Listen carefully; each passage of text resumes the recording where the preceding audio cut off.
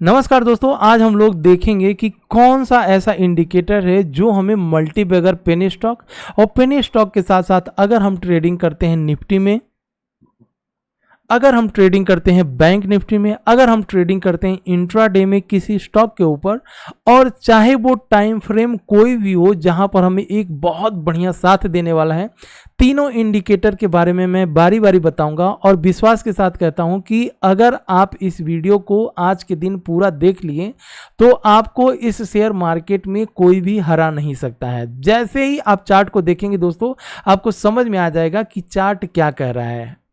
Price आपको तुरंत पढ़ने में इतना ज़्यादा मदद मिलेगा कि आपको तुरंत समझ में आ जाएगा कि हाँ, ये प्राइस ऊपर जाने वाला है या ये प्राइस नीचे आने वाला है। तो सबसे पहले जो इंडिकेटर है उसको मैं आपके सामने लगा देता हूँ। शायद आप उस इंडिकेटर के बारे में जानते होंगे। अगर आप जानते हैं तब तो आपको पता होगा कि ये इंडिकेटर कितना बढ़िया काम करता है। अगर आप नहीं जानते हैं तो फिर इस इंडिकेटर के बारे में थोड़ा सा पढ़ लीजिएगा, समझ लीजिएगा, ताकि आपका कॉन्फिडेंस लेवल हाई हो जाए। तो सबसे पहले इसका नाम है CO, देखिए, कॉपक कर्व। जी हाँ दोस्तों, कॉपक कर्व की बात करें तो ये हमारा इंडिकेटर है। आपको ये जीरोधा, अपस्टॉक्स, ट्रेडिंग व्यू, चाहे जो भी प्लेटफॉर्म यूज करते होंगे, और ट्रेडिंग व्यू का चार्ट अगर आप यूज करते हैं तो आपको ये चार्ट, ये इंडिकेटर सबसे पहले मिल जाएगा। अब सबसे पहले अगर आप इस इंडिकेटर के बारे में थोड़ा सा गहराई से समझें तब आपको इसके ऊपर और कॉन्फिडेंस आएगा। तो मैं इस इंडिकेटर के बारे में ब्रीफ में आपको थोड़ा सा समझाने की कोशिश करता हूं। The Coppock curve is a long term price momentum indicator used to primarily to recognise major down trend and up trend in the stock market index. जी हाँ दोस्तों, स्टॉक मार्केट में जो ट्रेंड होता है, ट्रेंड को आइडेंटिफाई करने के लिए इसको यूज किया जाता है और हमें ये बताता है कि ये, चाहे अब देखिए, डिपेंड करता है कि आप कौन से टाइम फ्रेम पे चार्ट को देख रहे हैं। अगर आप लॉन्ग टर्म के लिए देख रहे हैं तो जाहिर सी बात है आपका जो चार्ट होना चाहिए वो एक हफ्ते का होना चाहिए। टाइम फ्रेम एक हफ्ते या एक महीने का हो सकता है। अगर उससे नीचे देखते हैं तो एक दिन का आप देख सकते हैं। लेकिन अगर आप इंट्राडे ट्रेडिंग करते हैं तो ये सबसे बढ़िया काम जो है 10 मिनट या 15 मिनट के ऊपर करता है। तो हम लोग यहाँ पर देखने वाले हैं इस इंडिकेटर के बारे में, ये 10 मिनट के ऊपर काम करता है। अब दोस्तों ये काम कैसे करता है थोड़ा सा इसको समझेंगे, उसके बाद से जो मैं दो और इंडिकेटर लगाने वाला हूं उस इंडिकेटर की मदद से यहां पर हम लोग समझेंगे कि आखिर देखिए, किसी भी कोई एक सिंगल इंडिकेटर लेकर के अगर आप काम करते हैं तो उसमें आपको जो है फेल होने की प्रोबेबिलिटी बहुत ज़्यादा बढ़ जाती है। लेकिन अगर इस इंडिकेटर के बाद भी हमारे पास दो ऐसे इंडिकेटर होने चाहिए जो कंफर्मेशन हमको 100% तक का बता दें कि हाँ, अब ये चार्ट ऊपर जाएगा कि ये चार्ट नीचे आएगा। जैसे मैं आपको एक एग्जाम्पल्स के माध्यम से समझाने की कोशिश करता हूँ। सबसे पहले आप आ जाइए मेरे टेलीग्राम चैनल पर, और जैसे ही आप मेरे टेलीग्राम चैनल पर आएंगे तो मॉर्निंग में यहां पर आते हैं, स्क्रॉल डाउन करता हूं मैं, और मॉर्निंग का जो हमारा सबसे पहला कॉल था वो कौन सा था आपको पता होगा, वो हमारा था TCS का। अब TCS को मॉर्निंग, यहां पर आप टाइमिंग देख सकते हैं 9:28 पर हम लोगों ने TCS का क्या बाय किया था, 3500 का C बाई किया होता। अब क्यों बाई किया होता और TCS ने हमें आज के डेट में एक अच्छा खासा प्रॉफिट क्यों दिया, ये सारा कुछ मैं आपको समझाने वाला हूं। अगर आपको ऐसे ही ऑप्शन से लेकर के इंट्राडे या पेनी स्टॉक में दोस्तों, पेनी स्टॉक में तो दोस्तों ये आपको एकदम रामबाण का काम करेगा। मतलब आपको मल्टी बैगर स्टॉक इस इंडिकेटर की मदद से मिलेंगे। लेकिन जब तीनों इंडिकेटर का मैच होना चाहिए तब आपको मिलेगा। वो किस तरह से होगा मैं आपको धीरे धीरे समझाने की कोशिश करता हूं। बहुत स्पीड से नहीं बनाऊंगा इस वीडियो को, थोड़ी सी लंबी हो सकती है, तो प्लीज इसको पूरा देखिएगा। नहीं तो फ्रेंड्स आप वही गलती दोहराते रहोगे जो आप बार बार गलती दोहराते हो। तो TCS हो गया। TCS के बाद से दोस्तों विप्रो हम लोगों ने लिया हुआ था। विप्रो एक अच्छा खासा प्रॉफिट दिया। वहीं अगर मैं बात करूं आपको तो सिप्ला को हम लोगों ने लिया हुआ था। सिप्ला भी बहुत बढ़िया प्रॉफिट दिया। और हम बात करें यहां पर एक C ले लिया जाएगा। अब आपको ये भी पता होगा, अगर आप मुझे टेलीग्राम चैनल पे फॉलो करते होंगे तो इसी लेवल पे हमने बोला था कि क्या अब हम लोग निफ्टी का है ना, निफ्टी का सी बाई कर लें क्या?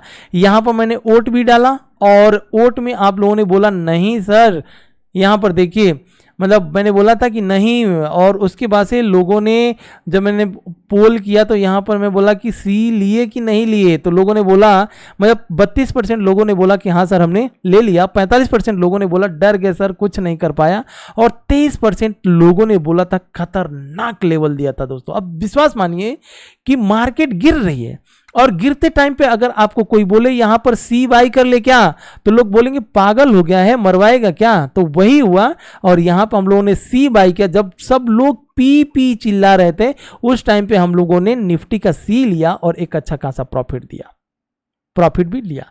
तो चलिए ये तो हो गया हमारा टेलीग्राम चैनल, लाइव लेवल मैं यहां पर देता हूं, सबसे पहले टेलीग्राम चैनल को ज्वाइन कीजिएगा। और इस इंडिकेटर को हम लोगों ने देख लिया, और अगर जिन लोगों को नाम सही से न दिख रहा हो तो मैं इसका नाम COPPOCK कॉपक CURVE कॉपक कर्व इसका नाम है। बहुत से लोग यूज करते हैं, शायद आप यूज नहीं न कर रहे होंगे तो अलग बात है, लेकिन मैं तो इसे जमाने से यूज करता हूं क्योंकि इसके बारे में मुझे बहुत ज्यादा कॉन्फिडेंस है, और किस तरह से काम करता है ये मैं आपको अभी थोड़ी देर में बता देता हूं। तो सबसे पहले ये किस तरह से काम करता है इसको थोड़ा सा हम लोग समझ लेते हैं, उसके बाद से आगे बढ़ेंगे। फ्रेंड्स आपको ये जो मैं यहां पर एक लाइन लगा करके रखा हूं, क्यों लाइन लगा करके रखा हूं, बस इस इंडिकेटर को समझाने के लिए लाइन लगा करके रखा हूं, थोड़ा सा समझ लीजिए। देखिए जब मार्केट नीचे यहां पर 15,747 पर आया था, उस टाइम पे अगर आपको इस तरह से सीधा एक आप लाइन लगाओगे तो आप कॉपक कर्व को देखोगे कम से कम ये एकदम बॉटम टच कर दिया था, ठीक है। उसके बाद से फिर ये उसी लेवल पर आता है, तो जब यहां पर आता है तो कॉपक कर्व जाहिर सी बात है कि जब ये पहली बार यहां पर आया तो यहां तक का बॉटम टच किया इसने, तो जब ये दूसरी बार आया तब इसने नीचे क्यों नहीं आया, यहां से ऊपर की साइड में मुड़ गया, और फिर जब तीसरी बार आया तो इसी अब ये क्या हो गया था ऊपर जब है तो ये हो गया था सपोर्ट तोड़ करके उसके भी नीचे आया, लेकिन उस टाइम पर भी ये आप देख सकते हैं यहां तक नीचे बॉटम टच करने नहीं आया, यहीं पर रुक गया, ठीक है। तो यहां तक तो समझ में आ गया। अब हम कैसे मान लें कि जब ये नीचे नहीं जा रहा है तो यहां से प्राइस ऊपर ही जाएगा, हम कैसे मान लें इसको? तो इसे आपको कंफर्म करने के लिए मैं जो और दो इंडिकेटर लगा रहा हूं उसके ऊपर सबसे पहले आपको फोकस करना पड़ेगा। तो पहला इंडिकेटर आपको यहां पर सर्च करना है, उस इंडिकेटर का नाम रहेगा DE, यहां पर देख सकते हैं EEMA करके है, ठीक है। क्या नाम है इसका? EEMA,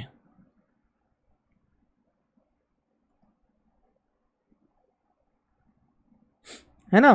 तो EEMA आप जैसे ही यहां पर लगाएंगे तो इसका जो रेशियो है आपको चेंज करना पड़ेगा।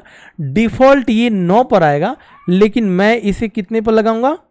202, 202 इस तरह से आपको लगाना है, 202। और अगर ये बहुत कम दिख रहा है तो स्टाइल पर आना है और कलर को पूरा डार्क कर देना है और इसको मोटा कर देना है। तो ये हो गया। इसे शॉर्ट में आप किस नाम से फाइंड आउट करोगे? इसे आप शॉर्ट में फाइंड आउट करोगे डेमा के नाम से, DEMA, लेकिन आपको, ठीक है। चलिए तो ये हो गया सबसे पहला, और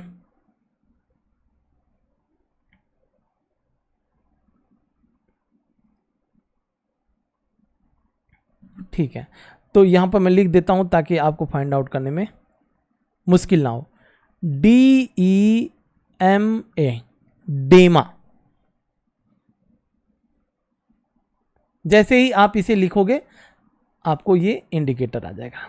तो ये दूसरा इंडिकेटर हो गया, और इसका जो रेशियो है वो है 202। आप एक नोट पर लिख लीजिएगा, इसका जो रेशियो है मैंने जो चेंज किया हुआ, डिफॉल्ट ये 9 पर आता है, लेकिन मैंने इसको 202 पर लगा करके रखा हुआ है। तो ये दूसरा इंडिकेटर हो गया। और तीसरा इंडिकेटर जो रहेगा वो इंडिकेटर रहेगा एक्सपोनेंशियल मूविंग एवरेज। लेकिन वो एक्सपोनेंशियल मूविंग एवरेज कौन सा होगा? आप एक्सपोनेंशियल मूविंग एवरेज में EMA, moving average exponential, moving average exponential जैसे ही आप टाइप करेंगे तो आपके सामने ये निकल करके आ जाएगा। तो ये बाय डिफॉल्ट कितना पर है एक बार देख लीजिए। बाय डिफॉल्ट आपको दिखेगा ये 9 पर। तो 9 पर है तो 9 पर ही इसको रखना है। कलर चेंज कर लेते हैं इसको और थोड़ा सा वाइट कर देते हैं। ठीक है, अब दोस्तों कहानी यहीं से स्टार्ट होती है और यहां पर हम लोग समझने की कोशिश करेंगे। तो ये तो इंट्राडे का हो गया, और जब मैं आपको पेनी स्टॉक के ऊपर लेकर के आऊंगा तब आप समझिएगा एक चीज को। देखिए, सबसे पहले आपको क्या करना है, जो डेमा दिख रहा है, तो जो डेमा दिख रहा है मतलब ये क्या होगा कि जब इसका, देखिए अगर ये डाउन साइड में इस तरह से नीचे आ रहा है, ठीक है, तो जब भी आपको ट्रेड लेना होगा तो आपको नीचे की साइड का ट्रेड लेना है। ये ऊपर गया, यहां पर आप देखिए ध्यान से थोड़ा सा समझिए, ये ऊपर गया, जब ये ऊपर जा रहा है आपको ऊपर का ट्रेड नहीं लेना है। यहां से जब ये नीचे गिरना चालू हो और जैसे ही इसके नीचे आए तो आपको यहां पर क्या करना है, सेल मार करके बैठ जाना है। पीछे के भी देख लेते हैं, ध्यान से देखिएगा।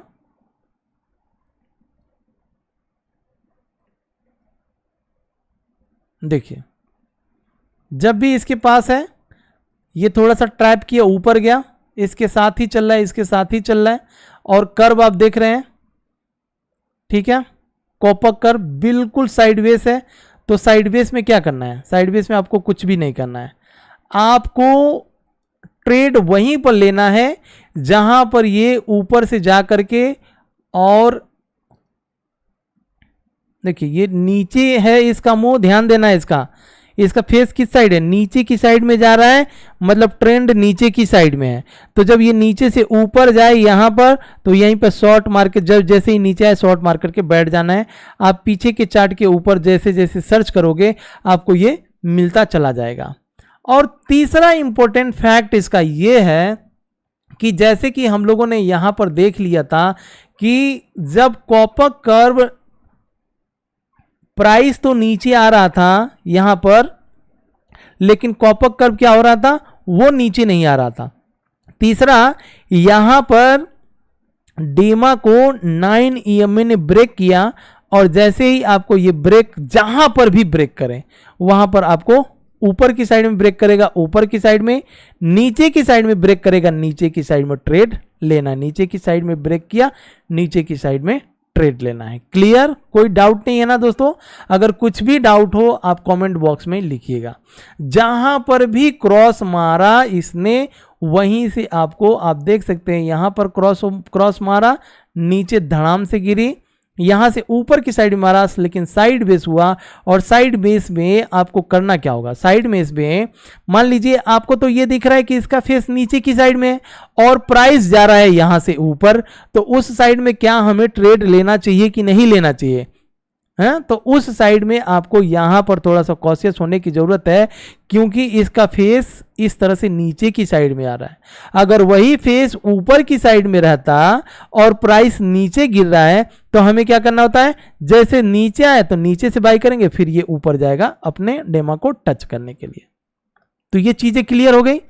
चलिए आप इसको किसी भी स्टॉक, मान लीजिए हम एक पेनी स्टॉक के एग्जाम्पल से देखते हैं, और पेनी स्टॉक में हम लोग देखेंगे वन डे के चार्ट के ऊपर आएंगे और वन डे के चार्ट में यहां पर समझने की कोशिश करेंगे।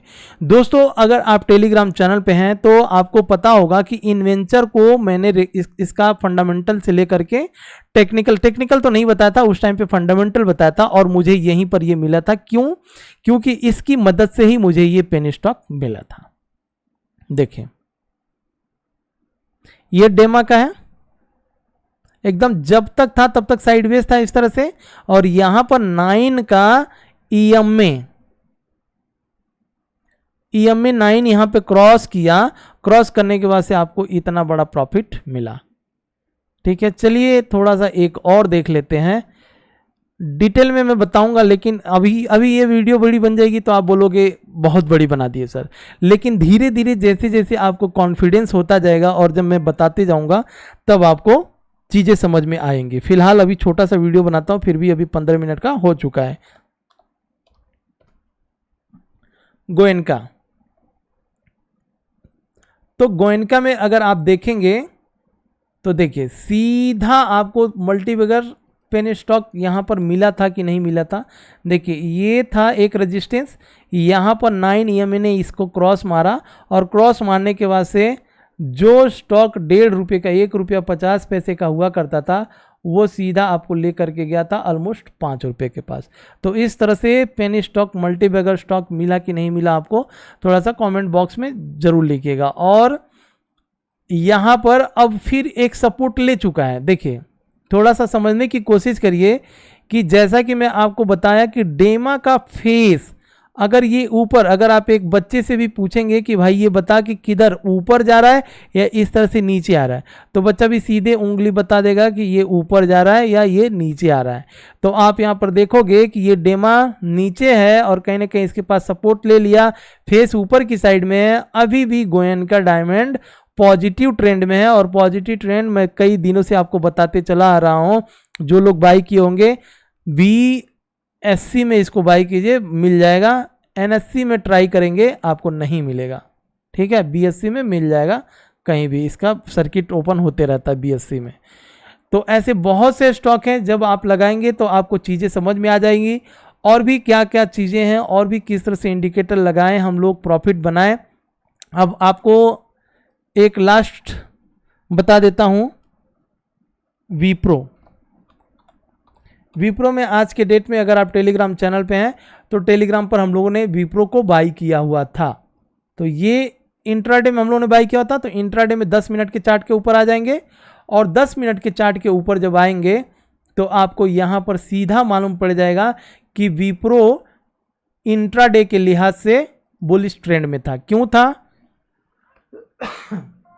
यहां पर सीधा समझ लीजिए कि जो डेमा है, डेमा का फेस किधर है, ऊपर की साइड में है और यहां पर टच हुआ 9 EMA, I mean 9 EMA exponential moving average का यहां पर टच हुआ। टच होने के बाद से ऊपर गया। हम लोगों ने कहां पर बाई किया हुआ था, ऑलमोस्ट एक बार देख लेते हैं टेलीग्राम पर कहां पर बाई किया हुआ था हम लोगों ने। झील तो नीचे आ गया था, SL उसका लग गया था।